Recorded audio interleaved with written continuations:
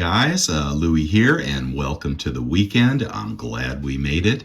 I say that more and more the older I get, but it is nice to be here. It has been an interesting week. Today we're going to talk about the kiss of debt. All right, yeah, that's exactly what it sounds like. It is gonna get you, man. Later in the video, we'll have a full unboxing and review of the new Copernicus coin from the Germania Mint. And I've just got some little goodies out here for you to look at as I talk. All right, if you would, please give me a thumbs up. And I do appreciate you tickling that thumbs up button and subscribing. I'll be here every week to talk to you Saturday mornings. Well, the kiss of debt. And debt sounds a lot like death, doesn't it? Well, in a lot of ways, debt is death. I mean, we take on debt so effortlessly.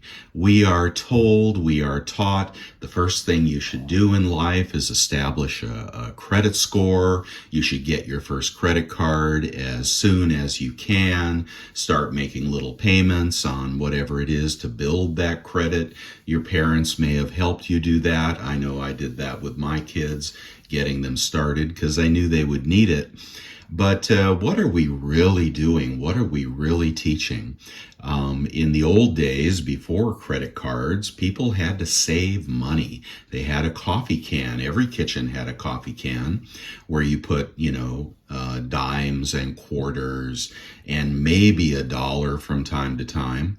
Well, back then, when I was growing up, $1 was a lot. I remember I could go to Pup and Taco with my dad and we could pick up, 4 or 5 tacos for $1. Well, actually, they had tacos and they had hot dogs. And anyway, I digress. I used to really look forward to going to Pup and Taco with Dad because we were on a very, very tight income and $1 had to stretch. And when you put those quarters and dimes, of course, they were silver back then when I was growing up, and dollars, you had something stored away. And when you saved enough of those dimes and quarters and dollars, you went and bought something. Well, in today's immediate gratification society, we don't think twice about putting things on our credit card. Now, some of us, may do that to get the points because we like to travel, or maybe the cash back. I like the cash back when I'm trying to reduce my basis of silver that I'm buying, like on eBay, for example. But really, credit is evil in many, many ways. And the more credit you have, the more debt you have. Now, credit is a temptation, right? You may have a $20,000 credit line on your credit cards, and you may not use it, but that temptation is always there. And when you need something, or perhaps you just want something, you may tap it, and you may be beyond your means to pay it back. So, we have gotten used to using credit effortlessly. I remember, maybe 20, 25 years ago when they first started taking credit cards in the grocery store. And I thought to myself, this can't be a good thing. I mean, they pay 2 to 3% fees on those credit cards. So the moment they started doing that, groceries had to get 2-3% more expensive. How else could a vendor afford to sell it to you, to take that form of payment if they weren't increasing the cost of everything? And now we don't think twice about using credit cards for groceries. And if that balance is building higher and higher, well, rates, if you're rolling that balance, haven't been this high. I don't even know if they were this high in the 70s and 80s. I can't recall. But they are sky high, and the consumer is using that credit card like never before. So in this scenario where you really want to avoid debt, if you can't afford a $40,000 car And today, that's a loaded Accord, right? That's not like a Ferrari or something. If you can't afford a $40,000 car, why are people taking out loans on $40,000 cars for 3 years, 5 years, 7 years? Did I hear there's a 10-year auto loan coming up? Now Honda may last that 10 years, but do you know how much you'll pay on that over the life of the car? It depends a lot on your credit. The better your credit history, the lower your payment, and they will suck you in. The worse your credit history, the more desperate you are probably for that car, and you might be willing to pay more. But that is a vicious cycle. And I would encourage you to buy nothing. All right, now you may disagree, and certainly CNBC disagrees that a recession is coming, but I'm just going to take it as a matter of fact that a recession is coming.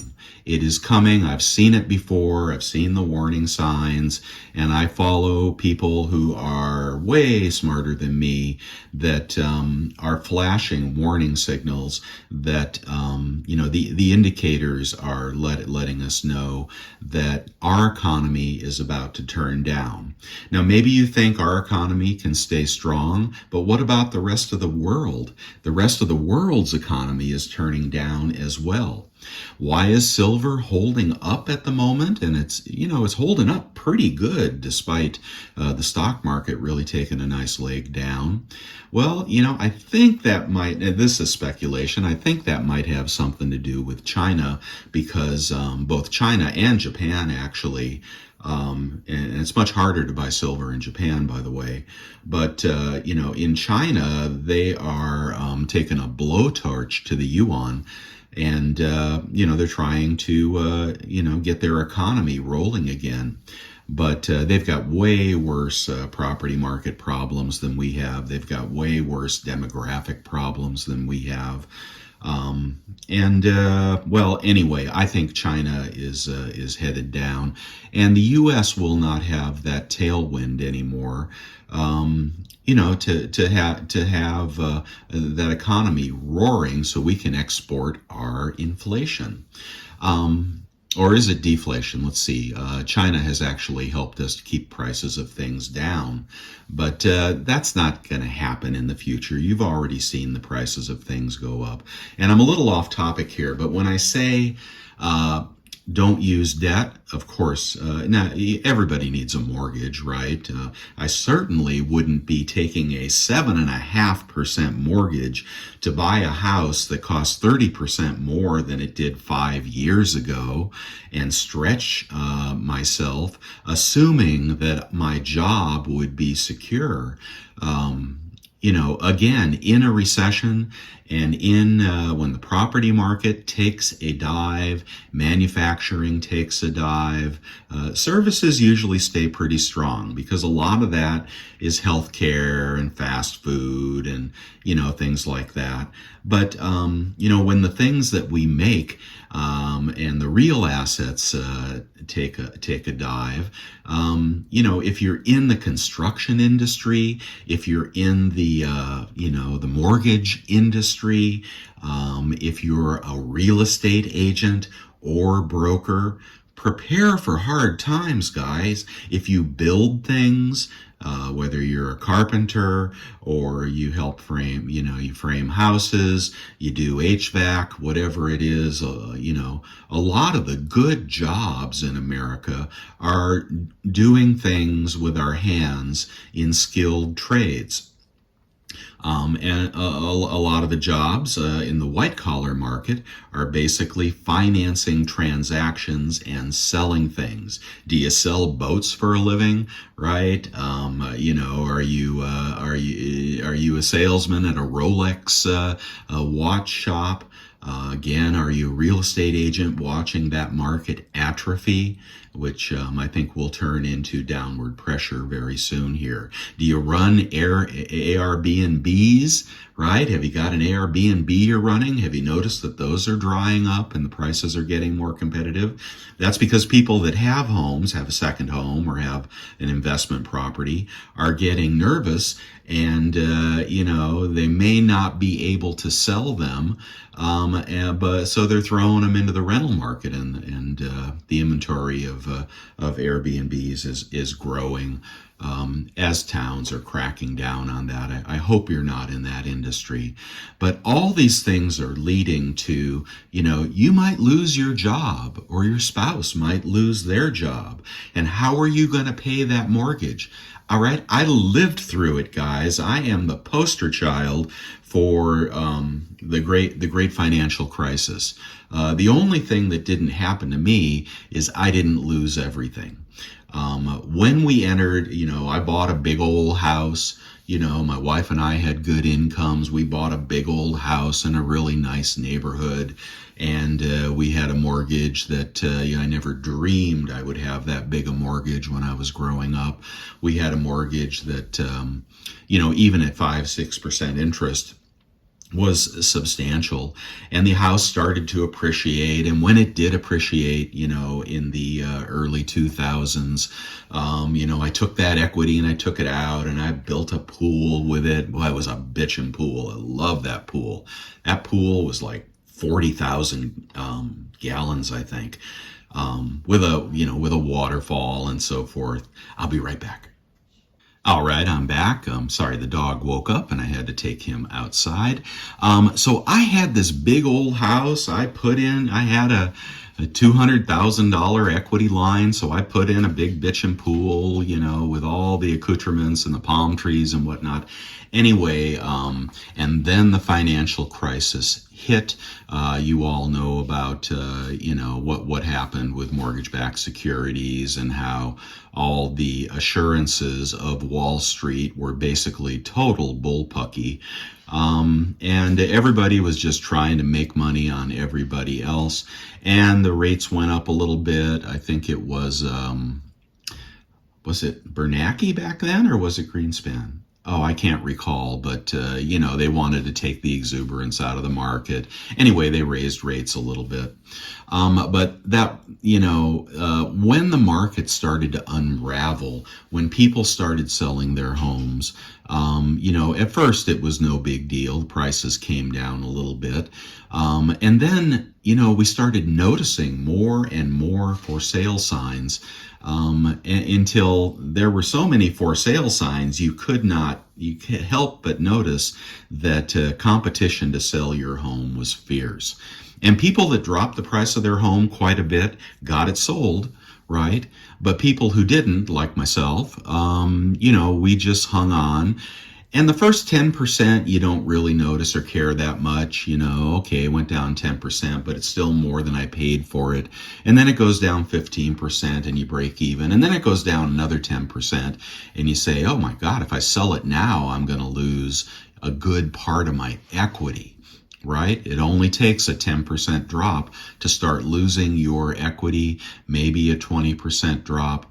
Well, by the time it was at 20 to 30% less than I paid for it, and this moves very slowly, so it sounds fast when I'm talking about it, but you're talking about a couple of years, I started noticing my neighbors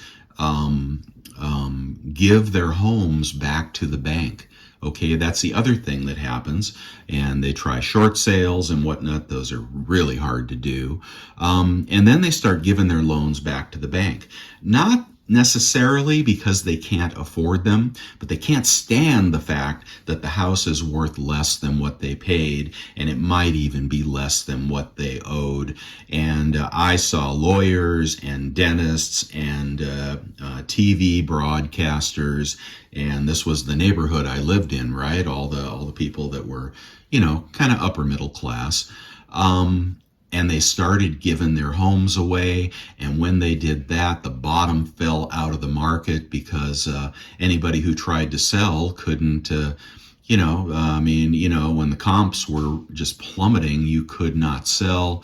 And it was at that point that we started to hit bottom. In my neighborhood, we hit between 50 and 60% of the high. All right, the homes went down 50 to 60%, and these were more luxury homes. And then it's too late. And my wife and I, decided, what, we're just going to ride this out. But virtually nobody else did. We watched everybody pack up, walk away, and lose most or all of their equity and start over. Right. Luckily, that didn't happen to us, and the market did recover. But man, I wish I had bought my neighbor's house at 50 cents on the dollar. And of course, the banks didn't sell them right away. They took these homes back at 50 cents on the dollar, and then they took huge write-offs, and they got money from the government for doing it. And then instead of putting it back on the market so the regular Joe could get a deal, they held it for 6 months, 12 months. 18 months, 2 years. They hired people to take care of these homes as they sit vacant. And a really nice home with nice finishes and whatnot. It's kind of hard to rent that and, make sure nobody messes it up. But, then they wrote it back up, and those homes, well, anyway, back then they were 50% off, and then they recovered to 100%. That's when I sold my McMansion. I wanted nothing else to do with this. I thank the good Lord that I got my money out of it, although I lost all my sweat equity. Got my money out of it and bought something more modest out in the country. All right, that's where I sit now. And we got a couple acres and a modest little single-story home that has a place. It has a granny flat, which is really helpful for family. But anyway, I watched everybody walk away, and this is kind of how it happens, like boiling a frog. You just slowly, and then what is it Einstein said? Then all at once. You really got to prepare yourself for the downturn. So don't be looking to buy real estate right now.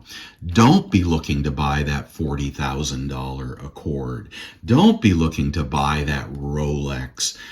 Be careful of collectibles, right? Hey guys, you astronomers and science buffs are going to love this new release from the Germania Mint. It's not out yet, but I do have an advanced copy of the Copernicus tribute coin. This is €5 and limited to 15,000 mintage. There is the coin itself with an image of the man. This is the man that changed everything when it came to astronomy, known as the father of modern astronomy. Let's see. Well, he is Polish, which I actually did not know that. Nicholas Copernicus launched the scientific revolution and had quite an impact on its development. Of course, if you remember your high school history, you will know that Copernicus challenged the modern theories around the 1500s that the Earth was the center of the universe, and surmised, not even using a telescope. He had an observatory, but he did not even use a telescope. He developed a theory that, and in fact, all planets revolved around objects of greater mass. There you can see the reverse of the coin. And this was blasphemy at the time, although he was Catholic. He was a rather well-educated person, both a painter, a mathematician, a lawyer, and he challenged the theories of the time that the Catholic vision of the world was that the Earth was at the center. But his theories, in his mind anyway, proved that the sun was the center of our universe, and that objects traveled at different distances, objects that were different distances from the sun traveled at different rates around the greater mass. And this is why he also surmised that the moon rotated around the earth. Well, the theory was rejected. The Catholic Church, I think they burned his books and did not teach this theory for almost 300 years until others, I think, had helped him prove his theory. He died defending his theory, but obviously a very, very seminal issue in history. And this particular piece is 4-9 silver. The sun representation is colorized within the 1 ounce piece of silver, and there are 15,000 pieces. I think this one here is number 916 or something like that. I'm not going to yank it out of there, but the reverse is very pretty as well, showing what he was trying to tell people of the 1500s, that the universe was not what they thought it was. Thank you, Germania Mint, for providing me this advanced copy, and I hope those of you that have an interest in astronomy will pick this up as a fitting tribute to the man that changed everything back in the 1500s.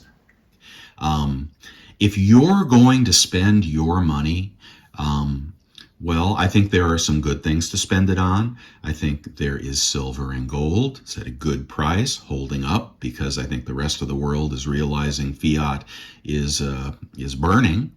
Okay, we don't realize it so much here. We're a little more enthralled with the stock market. Land, but be careful with land, because development costs can be exorbitantly high and red tape is really a bitch.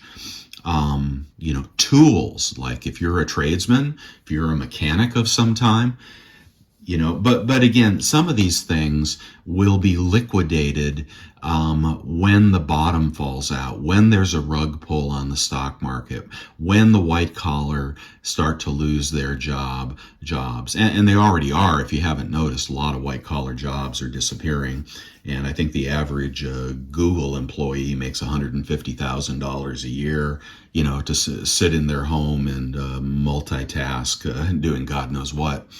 But real jobs will disappear, and then people will start selling things. They'll start selling that 70,000, dually truck.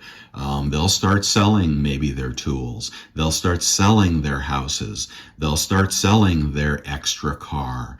They'll start liquidating stuff around the house that they don't need anymore. Why?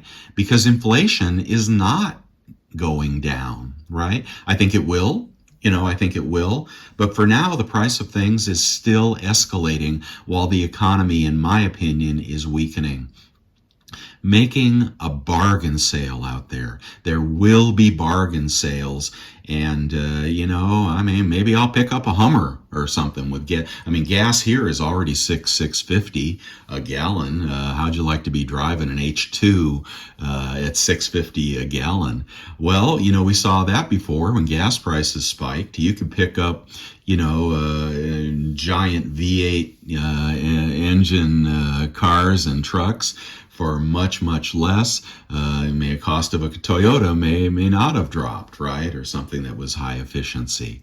When it comes to my vehicle, well, I won't get into it, but I'm going to, give back my lease here in about a year when I retire, and pick up a used car. All right, I'm going to have you seen the registration fees they're charging for new cars? In California, $400 to $500 registration fees. Okay. And you definitely don't want to go to a mechanic, because that's going to really hurt. So perhaps I'll be downsizing to something used when the economy drops off a cliff, and waiting to buy those things that I really want to buy. I hope you do the same, and I hope you're not charging up those credit cards. I hope you're not getting a personal line of credit, and I really hope you're not jumping into a giant mortgage that's dependent on mom and dad both working high-stress jobs that are going to be vulnerable in the very short short term here. Let's flip to silver and gold really quickly. As I said, silver was surprisingly strong given the weakness in the market. We did have a 50-cent dip during the week, but somehow that never sticks around for you guys to do your buying on the weekend, does it? GSR is in the 81s. Again, it's cycling between 84 and 78. We could see a push back up in the 24s, but again, silver is hard to go up in a recession. But perhaps these stories from China are true, that people are scrambling to buy gold and silver. I can't say if they are or they aren't. All I know is silver showed somewhat surprising strength last week as the Dow flittered around its resistance, 34,000 resistance. If we gap down Monday morning, we will have broken resistance, and a couple hours after that, if we're still going down, that may be the retest of the lows. That's when the liquidity events happen. Of course, Powell got so much happened. He had strong rhetoric, although he did not raise. Strong rhetoric and assumption for another quarter point hike. The banks are trembling. The regional banks are dying with these low interest bonds that they bought, and they're taking a haircut on, and perhaps they're selling back to the discount window at the Federal Reserve, getting 100% of par. But that whole schmear, 400 billion or whatever the hell that is, and growing, that all comes due, is it March or April? I mean, there is literally, nanoseconds between all that debt has to be recaptured by the banks. And I don't know when they pay the interest, if they're paying it now or they pay it then. But, I don't know what the Fed's going to do. That's going to throw the banks into a tailspin. You guys probably have heard the commercial real estate story. It's bad and getting worse. And, it's the regionals that own that commercial real estate. You hear the mega banks, definitely worrying about reserve requirements, because reserve requirements were zero. Raising them to something means they can't loan infinitely. What's the math? We need Copernicus for this. But, divide, $100 trillion by zero, it's still the same number. It's infinity. And that's what they've been loaning. Well, with these rates going up and inching up and higher, they're increasingly unstable. I hope you have your bank accounts at less than the FDIC insured limits. And if you think the government's going broke, which I don't personally think that, then, definitely turn to your silver and gold. It's going to be there for you in the future. And after we get through the downturn, the price is going to explode again, right? So I think I'm going to wrap it up there. I will splice in the Copernicus review. You really want to see that, and I will see you guys next week. Don't forget the thumbs up, guys. I really appreciate it, and welcome to the new subscribers. Bye, guys. Sorry, I had to take the dog out, but I thought I'd give the kitten here a little airtime. He's doing well, or she's doing well. Anyway, so I think I'm going to wrap it up there and pet this cat for a while. But, I hope you will consider what I've said and, take care of yourself, guys.